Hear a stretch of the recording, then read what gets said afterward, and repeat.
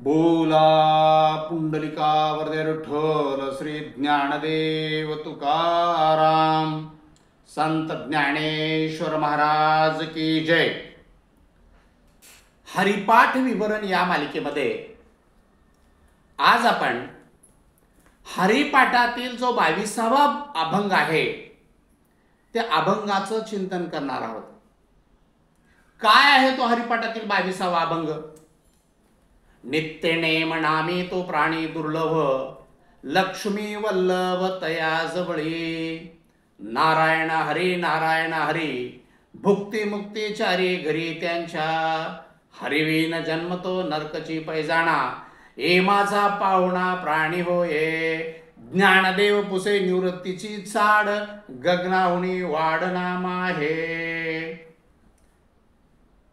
प्रस्तुत अभंगाचा तात्विक दृष्टीने आणि अत्यंत संक्षिप्त जर अर्थ आपल्याला पाहायचा असेल तर आपल्याला असं म्हणता येईल, जे नित्य नियमाने हरिनाम स्मरण करतात असे लोक फार दुर्लभ आहेत, दुर्मिळ आहेत. पण जे कोणी आहेत त्यांच्या जवळ साक्षात लक्ष्मीपती विष्णू हरी वास्तव्य करतो. नारायण हरी असा नामोच्चार केल्याबरोबर त्यांच्या घरी सर्व सौख्य आणि ही चारीही मुक्ती उपस्थित होतात. हरी वाचून जन्म म्हणजे केवळ नरकच होय, हे तुम्ही निश्चित समजा असे माऊली सांगतात.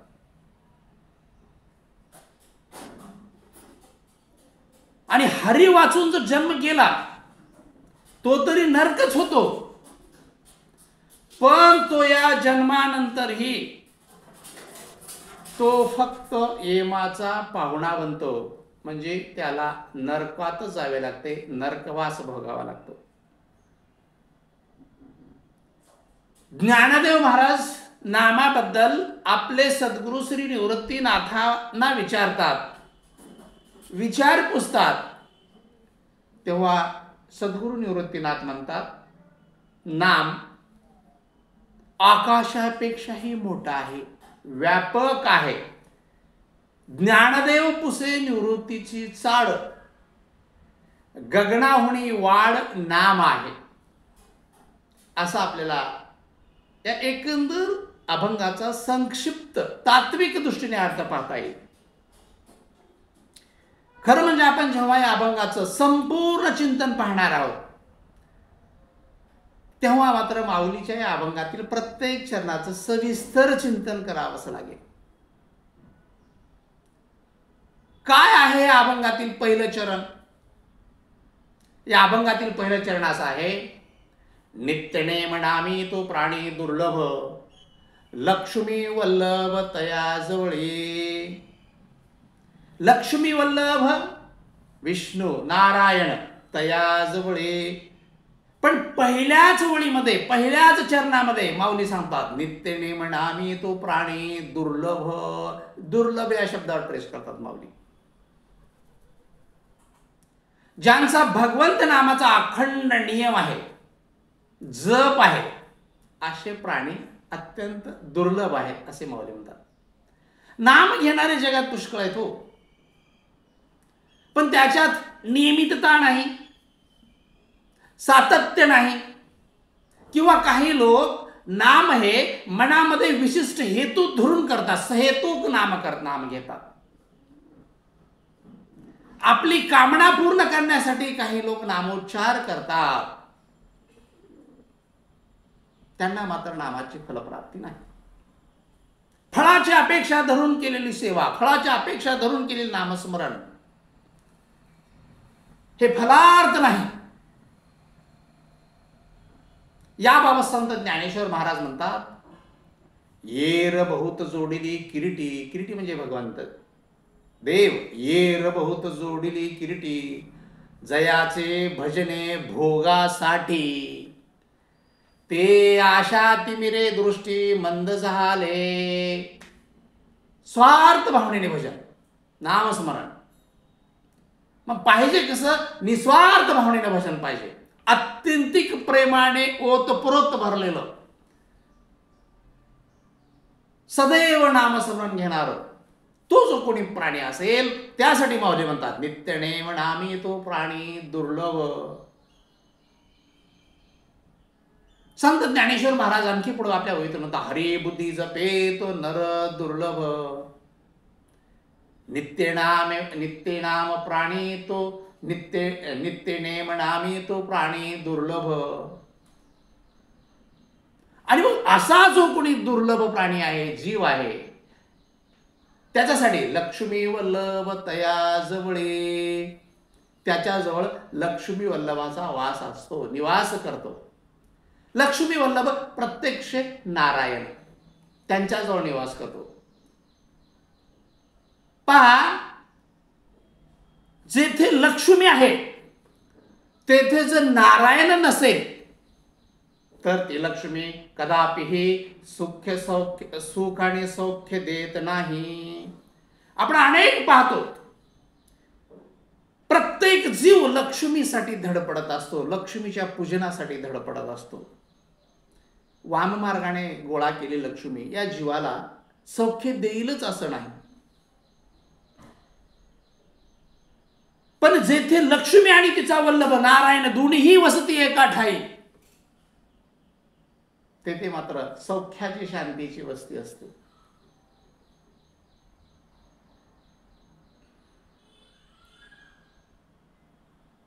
जिथे लक्ष्मीचा नारायण असतो तिथेच लक्ष्मी सुखाने वास करते. लक्ष्मी वल्लभाशिवाय लक्ष्मी सुख आणि शांती प्रदान करू शकत नाही, प्रदान करीतच नाही.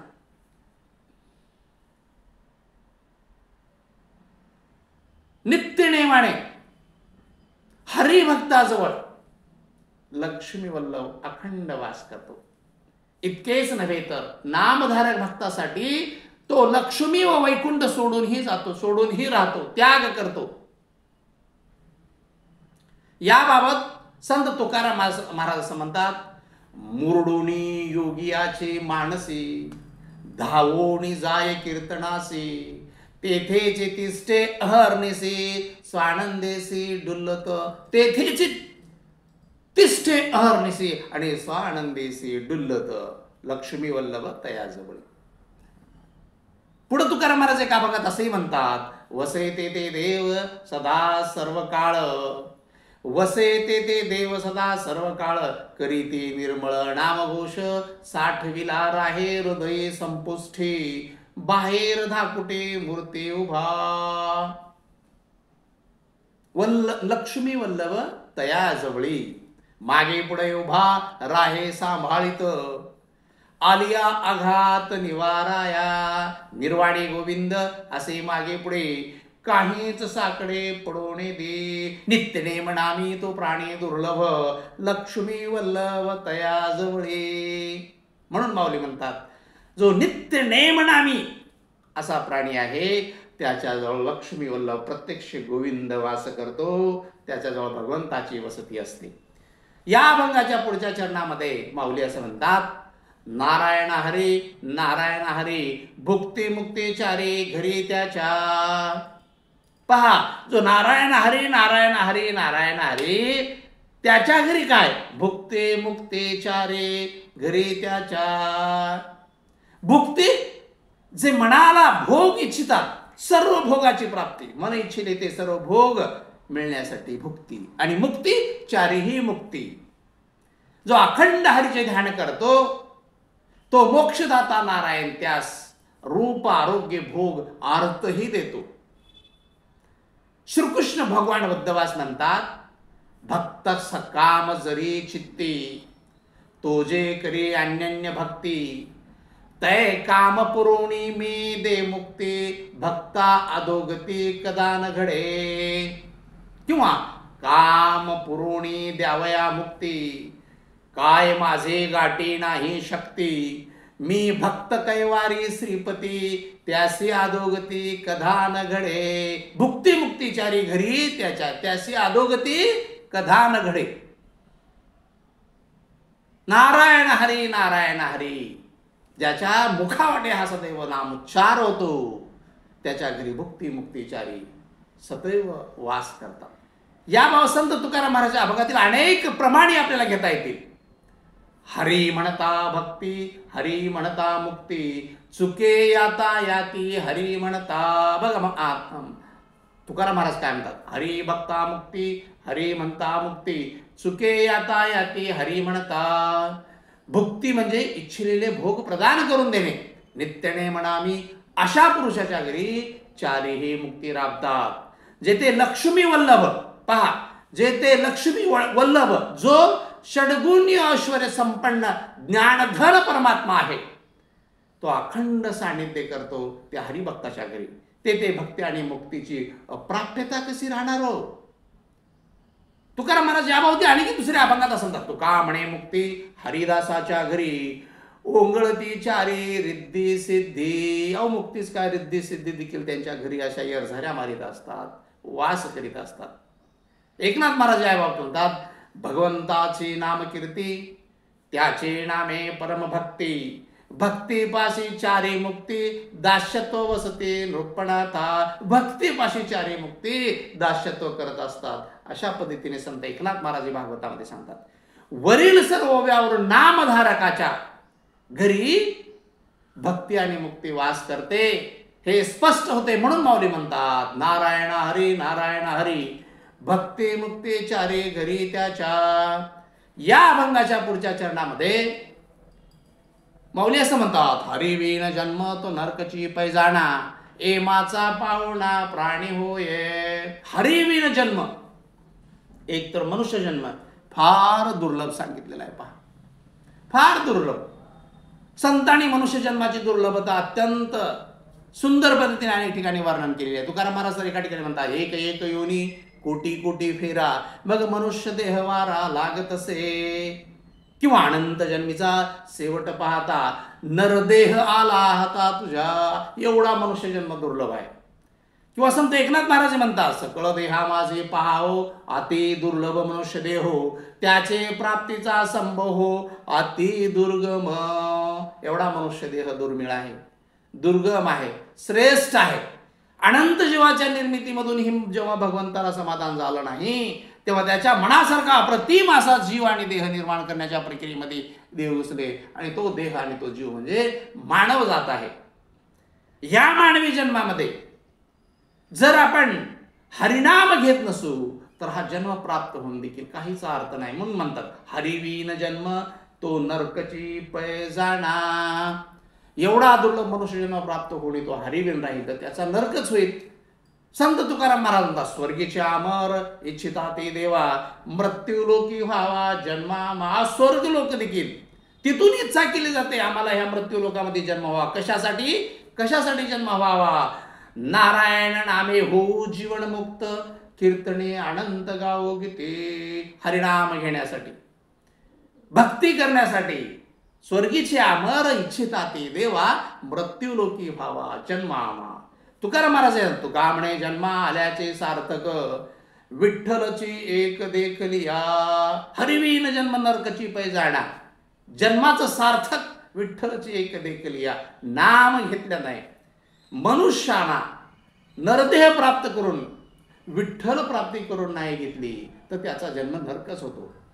संत तुकाराम महाराज आणखी एका प्रमाणात सांगतात, नरक साधिला विसरुणी देवा, बुडाला ते भवनदी माझी. पहा काय म्हणतात, नरक साधिला विसरुणी देवा, बुडाला ते भवनदी माझी. नारायण नाही वाचे ते येमाचे अंधण. ज्याच्या मुखी नारायण नाम नाही, अहो ते मुख कशा चालाय, तो देह कशा चालाय, तिथे येमाचं अंधण. एम प्रत्यक्ष तिथे वास करतो असं माऊली सांगतात.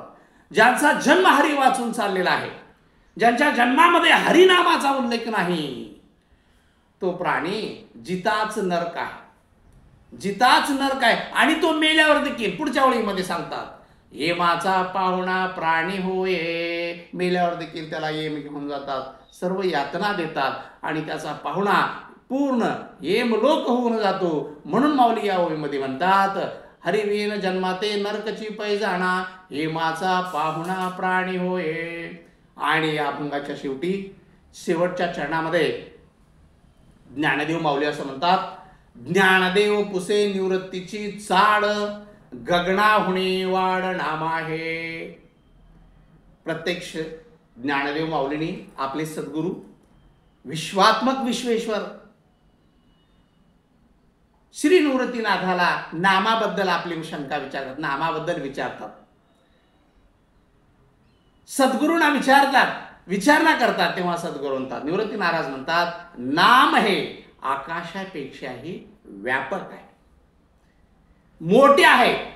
आकाशाच्या व्याप्तीचा जसा अंत लागत नाही, तद्वतच नामाच्या महात्म्याचंही अंत लागत नाही. आकाशापेक्षाही, प्रसंगी आकाशापेक्षाही गगनाहुनी वाढ नाम आहे. वाढ व्यापक मोठे, गगनाहुनी वाढ नाम आहे. अशा पद्धतीने संत निवृत्तीनाथ सद्गुरु ज्ञानदेवाला म्हणतात, एक परब्रह्म जे आहे हे आकाशापेक्षाही व्यापक आहे. आणि ब्रह्म हे नाम आहे. ब्रह्म हे नाम आहे. ब्रह्म हे नाम आहे सांगण्यासाठी संत एकनाथ महाराज म्हणतात, नाम ब्रह्म येणे पुसती सकळ काम, संसाराचा श्रम काही उरवणे दे, संसाराचा श्रम काही उरवणे दे. संत नामदेव महाराज याबाबतीत असं म्हणतात, अनंत ब्रह्मांडे व्यापक हे नाम, अनादि निष्काम विश्वांबरा. किंवा संत तुकाराम महाराज, अनंत ब्रह्मांडे बरुणी उरलासी, तू कोठे नाहीसी झालासे अणुरेणू. म्हणजे सर्व ब्रह्मांड व्यापून राहिलेले हे नाम आहे. म्हणून ज्ञानदेव असं म्हणतात, ज्ञानदेव पुसे निवृत्तीची चाड, गगनाहुनी वाढ नाम आहे. हा जो हरिपाठातील 22वा जो अभंग आहे तो अत्यंत सुंदर आहे. नाम महात्म्य विषद करणार आहे. संपूर्ण हरिपाठ ही नाम महात्म्यच विषद करणार आहे.